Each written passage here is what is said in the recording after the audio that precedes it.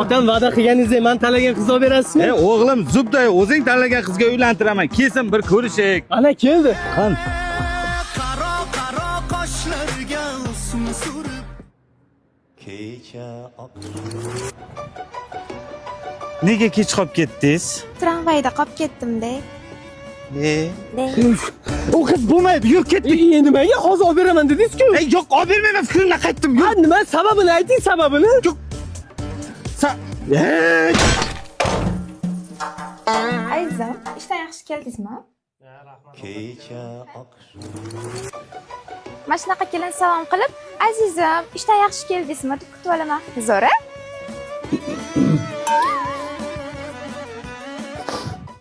Adajonim ovqat qiling. Farqi yo'q, ha?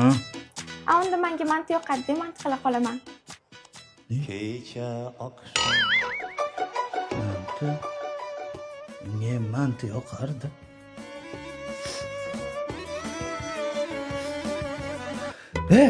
Xotining aytib ketsin, yashamaysan.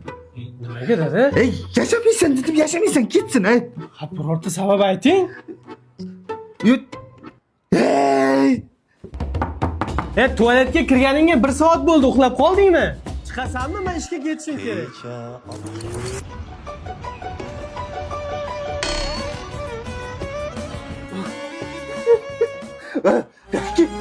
Dada, Xotining aytib ketsin, yashamaysan. ko'p tualetga qolib ketgani uchun shunaqa deyapsizmi? Yo'q, ketsin, bo'ldi, tamom, Ha, ketsin. ketsin Duras. Birorta sabab keltiring shunga. Sabab kerakmi senga? Ha. Xotiningni onasi bilan meni birinchi muhabbatim bo'lgan, tushunayapsanmi?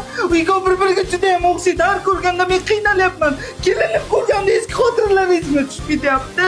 Hozir menda ikkita variant bor. Yo birinchisi, xotiningni onasi kelib biz bilan yashasin tinchgina. Ikkinchi variant, men qariyalar uyiga ketaman, tushundingmi? Bo'ldi dada, sizni birinchi muhabbatingizni olib kelaman men sizni oldingizga. Dada, birinchi muhabbatingizni olib keldim. Qayerdasiz? Kiring.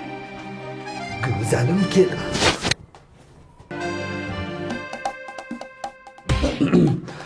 Ikkinchi variantga nima degandim? Qariyalar uyiga ketaman dedim. Ketdim men qariyalar uyiga. 命中已注定是我看不清